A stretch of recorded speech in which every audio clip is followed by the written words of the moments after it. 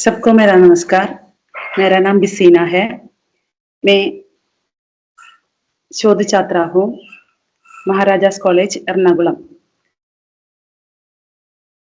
अ, हमारा विषय है भारतीय लोकतंत्र और साहित्य। उसमें संजीव की कहानी जीवन के बारे में, आदिवासी जीवन के बारे में कुछ बताना चाहती हूँ। यह कहानी सिंहभूमि जिले के एक गांव मुडगोडा के अद्वितीय प्राकृतिक और सामाजिक परिदृश्य को सामने लाती है। गांव की जानकारी देते समय लेखक इस इलाके के पहले के कठिन रास्तों, घने जंगलों और वन्य जीवों का विवरण देते हैं। अब ये रास्ते काफी बदल चुके हैं, जंगल विरल हो गए हैं। कहानी के केंद्र में दो मुख्य पात्र बामई और मानसिंह है, जो अपनी परिस्थितियों के बावजूद एक दूसरे के प्रति गहरे प्रेम और आपसी समझ का प्रदर्शन करते हैं। बामई और मानसिंह का ब्याह रचाने का खेल जीवन के उन सुखद पलों को दर्शाता है, जब दोनों अपनी कल्पनाओं में ही गृहस्थ जीवन को निभाते हैं। कहानी की शुरुआत मानसिंह से होती है, जो एक साधारण युवक है और अपने गांव मुडहुडा में रहता है। उसकी प्रेमिका बामई है, जिससे उसने जीवन भर साथ निभाने का वादा किया है।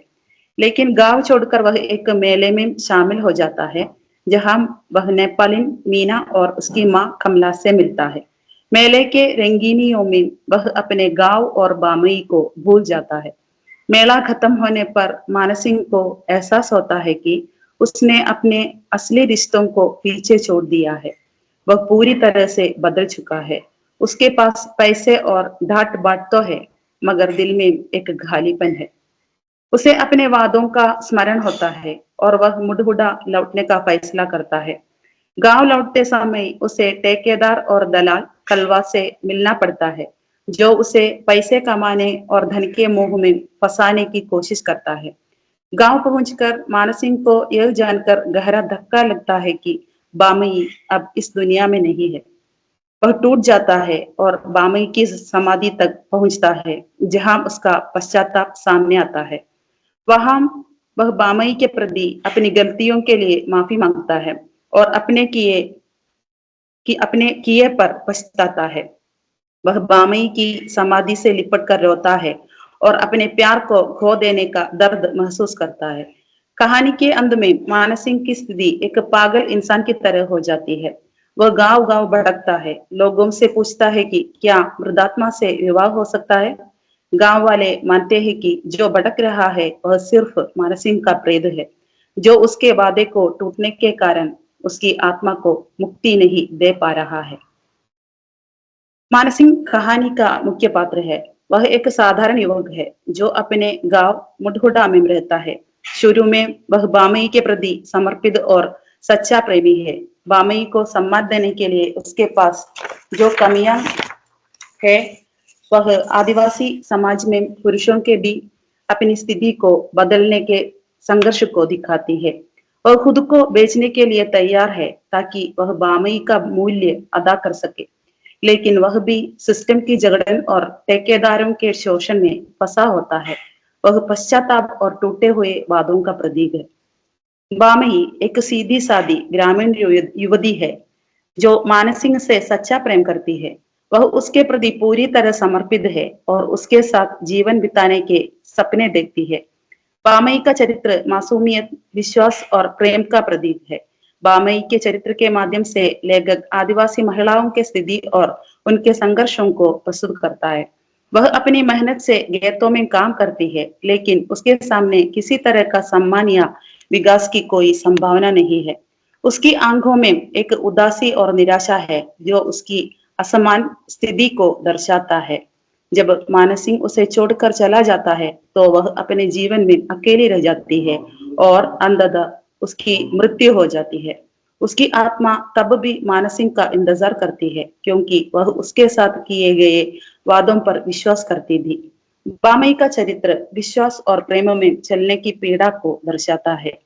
कहानी में यह साफ है कि आदिवासी लोग समाज के शोषक वर्गों के द्वारा बहलाए जाते हैं। ठेकेदारों की बुरी स्थिति और उनके शोषण के रूप में समाज की गहरी असमानताओं को दिखाया गया है। बामई और मानसिंह दोनों ही इस सामाजिक व्यवस्था में मजबूर है और उनके पास बाहर निकलने के रास्ते बहुत सीमित है। इस कहानी का उद्देश्य मानवीय भावनाओं, प्रेम, वचन और पश्चाताप की जटिलता को प्रस्तुत करना है। यह कहानी हमें यह सिखाती है कि जीवन में प्रेम और रिश्तों के प्रति सच्चाई और प्रतिबद्धता कितनी महत्वपूर्ण होती है। जब व्यक्ति लालच और मोह में पड़कर अपने मूल्यों और वादों को भुला देता है, तो वह अपने और अपनों के जीवन में दुख और अकेलापन लाता है। कहानी यह भी बताती है कि जीवन में किए गए वादे और रिश्ते महत्वपूर्ण होते हैं और इन्हें निभाने के लिए सच्चाई और समर्पण आवश्यक है। जब कोई व्यक्ति अपने प्रेम को छोड़कर मोह में पड़ता है, तो उसे अंततः पछताना पड़ता है, लेकिन तब तक बहुत देर हो चुकी होती है। कहानी का देश और काल दोनों ही प्रमुख रूप से भारतीय ग्रामीण जीवन से जुड़े हुए हैं। कहानी का अधिकांश भाग एक छोटे से गांव मुडहुडा में स्थित है, जो दर्शाता है कि यह एक भारतीय ग्रामीण परिवेश है, जहां हम लोग खेती बाड़ी करते हैं और जीवन सरल परंतु कठिनाइयों से भरा हुआ होता है। इस गांव की संस्कृति और परंपराएं गहरे रूप से उस काल की सामाजिक संरचना को प्रकट करती है, जिसमें जातिवाद, गरीबी और आर्थिक संघर्ष प्रमुख भूमिका निभाते हैं। यह कहानी एक ऐसे समय की है जब समाज में बदलाव धीरे धीरे आ रहे थे, लेकिन लोग अभी भी पुराने रीति रिवाजों और विश्वासों में बंधे हुए थे। यह समय स्वतंत्रता प्राप्ति के बाद के कुछ दशकों के आसपास हो सकता है, जब लोग पुराने तौर तरीकों से बाहर निकलकर नए विचारों और जीवन शैली की ओर बढ़ने की कोशिश कर रहे थे, परंतु उनके लिए यह प्रक्रिया कठिन थी। गांव का वातावरण उदासी, डर और अपूर्णता का प्रतीक है। मानसिंह का अपने गलतियों और अधूरे प्रेम को लेकर पछतावा, गांव में बिखरा हुआ खंडहर और बामई की समाधि का स्थान, यह सब उस नकारात्मक निराशाजनक वातावरण को व्यक्त करते हैं। कहानी के अंत में मानसिंह का प्रेतात्मा के रूप में भटकना एक असंतोषजनक और अस्थिर मानसिक स्थिति को दर्शाता है, जो किसी अदृश्य और अंधेरे वातावरण में व्याप्त है। कहानी की भाषा शैली में सरलता, गहरी संवेदनशीलता और ग्रामीण जीवन की जटिलताओं को व्यक्त करने का अद्वितीय प्रयास है। इसमें संवाद, चित्रण और वर्णन की शैली कहानी के भावनात्मक प्रभाव को गहरे तरीके से दर्शाती है। मानसिंह का प्रेतात्मा के रूप में भटकना और श्वेत तितलियां, यह सब मनुष्य के अंदर की खोई हुई उम्मीद और आत्मग्लानि के प्रतीक है। कहानी में ग्रामीण जीवन के चित्रण के साथ साथ लोक भाषा और सामान्य ग्रामीण शब्दावली का भी उपयोग हुआ है, जैसे बाबा, तोपा, कौल करार आदि। यह कहानी आदिवासी जीवन का यथार्थ चित्रण है और इसे हम विभिन्न आदिवासी जीवन का यथार्थ चित्रण है। आदिवासी समाज का जीवन सामान्यतः कठिनाइयों, संघर्षों और प्रकृति से गहरे रिश्ते का जीवन होता है, जो इस कहानी में भी साफ तौर पर उभर कर आता है। कहानी में मुडहुडा गांव का उल्लेख और वहां के प्राकृतिक वातावरण, जैसे आम के बाग, श्मशान स्थल और उगड़े हुए पेड़, आदिवासी जीवन की कठिनाइयों और प्रकृति से उनके रिश्ते को दर्शाते हैं। इन स्थानों का विवरण यह दिखाता है कि आदिवासी लोग प्रकृति के साथ एक गहरे संबंध में रहते हैं और उनके जीवन का हर हिस्सा इसे प्रभावित करता है। मानसिंह की जिंदगी की त्रासदी और संघर्षों में एक आदिवासी व्यक्ति की कड़ी मेहनत और संघर्ष को दर्शाया गया है। वह वंचित और शोषित वर्ग से आता है, जो सामाजिक और आर्थिक रूप से पिछड़ा हुआ होता है। मानसिंह का भटकना, अपने अपराध बोध को लेकर दुख व्यक्त करना और समाज से तिरस्कृत महसूस करना आदिवासी समाज में अक्सर देखा जाता है, जहां सामाजिक संरचनाएं और सामंती व्यवस्था उन्हें पीछे धकेल देती है। बामई का पात्र आदिवासी समाज की पारंपरिक मान्यताओं और समाज के बाहर किए गए रिश्तों को प्रकट करता है। उसकी मृत्यु के बाद मानसिंह की समाधि स्थल पर की गई प्रार्थना और अजीबोगरीब स्थिति में उसे बामई की याद आना, यह दिखाता है कि आदिवासी समाज में प्राचीन कुरीतियां और सामूहिक पंथी मान्यताएं जिंदा रहती है। जैसे बामई की मृत्यु के बाद उसके साथ का रिश्ता भी आदिवासी संस्कृति में गहरे दफन हो जाता है। कहानी में जिस तरह से मानसिंह को कड़ी मेहनत की सलाह दी जाती है और कामकाजी जीवन को एक आदिवासी दृष्टिकोण से महत्व दिया जाता है। वह भी इस जीवन के यथार्थ को स्पष्ट करता है। आदिवासी लोग अपने अस्तित्व के लिए कठिन श्रम करते हैं, फिर चाहे वह मजबूरी हो या किसी अन्य रूप में श्रम का आदान प्रदान। भारतीय लोकतंत्र का मूल सिद्धांत समानता है, लेकिन यह कहानी भारतीय समाज में सामाजिक असमानता और वंचित वर्गों की स्थिति को उभारती है। मानस सिंह जो एक आदिवासी है, उसे समाज में एक समुचित स्थान नहीं मिल पाता। उसकी जिंदगी में संघर्ष और शोषण का सिलसिला कभी समाप्त नहीं होता।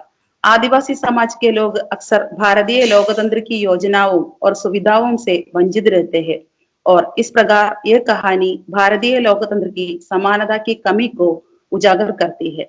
जब मानस सिंह को अपने कर्मों का पछतावा होता है और वह बामई के पास लौटता है तो उसे यह महसूस होता है कि लोकतांत्रिक व्यवस्था के तहत उसके जैसे लोगों को न्याय नहीं मिल सका। कहानी यह दर्शाती है कि लोकतंत्र के सिद्धांतों का पालन वास्तविकता में गरीब वर्गों तक सही तरीके से नहीं पहुंच पाता। कहानी में मानस सिंह का संघर्ष न केवल आत्मग्लानि और अपराध बोध से है, बल्कि यह उसकी स्वतंत्रता और मानवाधिकार की भी चर्चा करता है। उसकी यह इच्छा है कि वह बामई से माफी मांगे और समाज से स्वीकार किया जाए। यह दिखाता है कि लोकतंत्र में प्रत्येक व्यक्ति को स्वतंत्रता और समान अधिकार मिलना चाहिए, जो आदिवासी समाज के लिए एक संघर्ष बनकर सामने आता है। यह कहानी न केवल आदिवासी जीवन की कठिनाइयों और उनकी मानसिक स्थितियों को प्रस्तुत करती है, बल्कि यह समाज के वास्तविक संघर्षों और असमानताओं को भी उकेरती है। भारतीय साहित्य में आदिवासी जीवन और उनके अधिकारों की यह प्रस्तुति समाज की वास्तविक समस्याओं को दिखाती है, जिससे पाठक समाज की गहरी विसंगतियों को समझ पाता है। कहानी में मानवाधिकार और सामाजिक संघर्ष की अवधारणा को प्रमुखता से उठाया गया है, जो भारतीय साहित्य का अहम पहलू है। मानस सिंह की आत्मग्लानि और उसकी समाज से बहिष्कृत स्थिति यह दर्शाती है कि भारतीय समाज में कमजोर वर्गों, विशेषकर आदिवासियों के अधिकारों का उल्लंघन होता है। यह भारतीय साहित्य में आदिवासी वर्ग की स्थिति और उनके अधिकारों के लिए संघर्ष की आवश्यकता को रेखांकित करता है। कहानी जीवन के पार भारतीय लोकतंत्र और साहित्य का एक ऐसा संवेदनशील और सशक्त दृष्टिकोण प्रस्तुत करती है, जो समाज की असमानताओं, संघर्षों और आदिवासी जीवन के यथार्थ को उजागर करती है। भारतीय लोकतंत्र के सिद्धांतों में समानता और स्वतंत्रता का वादा किया गया है, लेकिन यह कहानी यह दिखाती है कि इन वादों का पालन समाज के कुछ वर्गों तक सीमित रहता है। इतना ही, धन्यवाद। धन्यवाद विसीना जी।